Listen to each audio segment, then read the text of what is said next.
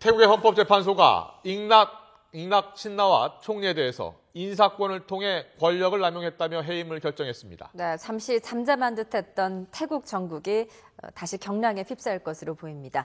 국제부 취재기자 연결합니다. 강태욱 기자. 네, 국제부입니다. 네, 태국 헌법재판소가 잉락 총리를 해임한 구체적인 사유는 무엇이었습니까? 네, 잉락 총리가 타윈 플리안스리 전 국가안보위원회 위원장을 경질한 게 권력 남용이라는 것입니다. 잉락 총리는 야권으로 분류되는 타윈 전 위원장을 지난 2011년 전부 발령했습니다. 앞서 어제 헌법재판소에 출석한 잉락 총리는 자신의 혐의를 강하게 부인했습니다. 당시 인사 조치는 총리 권한을 사용한 것으로 법을 어기지도 집권당이 이익을 얻지도 않았다고 주장했습니다. 하지만 이번 해임 결정으로 즉각 총리직을 잃게 됐습니다. 잉락 총리에게는 악재가 하나 더 있습니다. 국가반부패위원회가 대규모 재정 손실을 부른 쌀 수매 정책에 대해 총리의 업무 방기 여부를 조사하고 있기 때문입니다.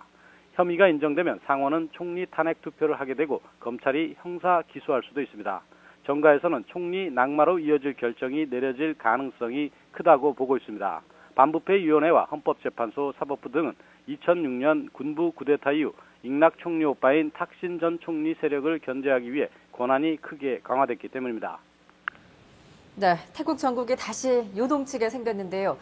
친정부와 반정부 세력이 이미 시위를 예고하고 있다고요? 네, 그렇습니다. 두 세력이 모두 시위를 예고하는 등 태국 전국이 경랑 속으로 들어가게 됐습니다. 친정부 진영인 이른바 레드셔츠들은 헌재가 총리 해임 결정을 내릴 것으로 보고 이미 대대적인 반대 시위를 예고했습니다.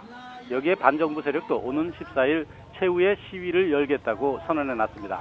때문에 두 세력 간 충돌이 이뤄질 가능성도 커지고 있습니다. 태국 정국은 잉락 총리가 부정부패 등으로 해외 도피 중인 탁신 전 총리의 사면을 추진하다 대대적인 반정부 시위에 부딪혔습니다.